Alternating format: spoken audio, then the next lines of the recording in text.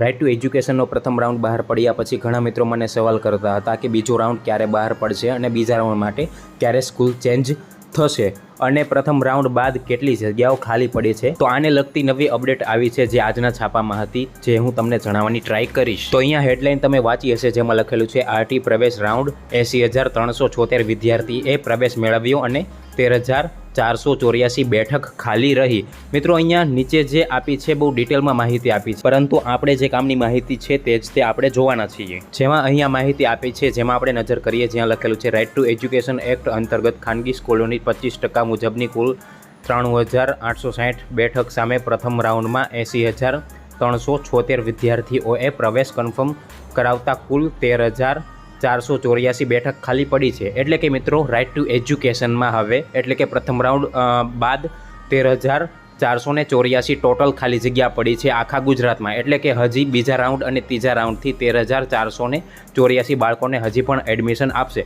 ત્યારબાદ લખેલું છે પ્રથમ રાઉન્ડમાં 86,274 વિદ્યાર્થીઓને પ્રવેશ ફાળવવામાં આવ્યો હતો। આમ એલોટમેન્ટ બાદ પણ પ્રવેશ ન મેળવનાર 5898 વિદ્યાર્થીઓ હવે આરટી પ્રવેશ કાર્યવાહીમાંથી બહાર ધકેલાઈ જશે।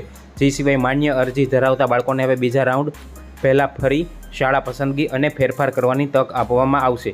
એ પછી બીજા રાઉન્ડના પ્રવેશ ફળવાશે। એટલે કે આજે 12 મે થઈ છે અને 12 મેના છાપામાં આપણને જણાવેલું છે કે હવે બીજા રાઉન્ડ માટે સ્કૂલ પસંદગી થશે અને ત્યારબાદ બીજો રાઉન્ડ બહાર પડશે। એટલે હજી સ્કૂલ ચેન્જ કરવાનું શરૂ થશે એટલે હું તમને આ ચેનલમાં વિડીયો બનાવી અને શીખવાડી દઈશ કે તમારે કઈ રીતે સ્કૂલ ચેન્જ કરવાની છે। એટલે જો તમે ચેનલમાં નવા હોય તો ચેનલને સબસ્ક્રાઈબ કરી લેજો, કારણ કે તમારા બાળકને સ્કૂલમાં એડમિશન મળે ત્યાર સુધીના હું તમામ અપડેટ આ વિડીયોમાં તમને આપવાનો છું।